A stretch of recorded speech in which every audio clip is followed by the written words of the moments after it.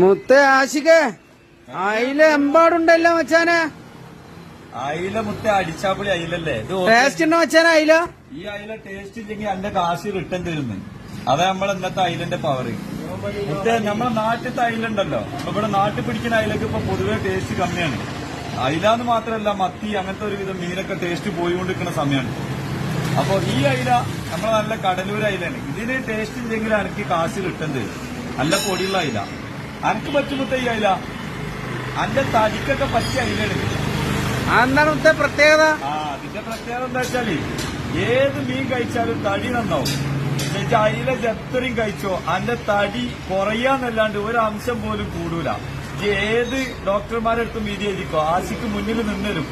ആശിക പറയുമുത്ത എന്താണെന്നുള്ളത് അതാണ് അയില എത്രയും കഴിച്ചോ അന്റെ തടി കൂടൂല. അയിലയിൽ ഒരുപാട് ദോഷങ്ങളും ഗുണങ്ങളൊക്കെ ഉണ്ട്. അയില കഴിച്ചാൽ ഇപ്പൊ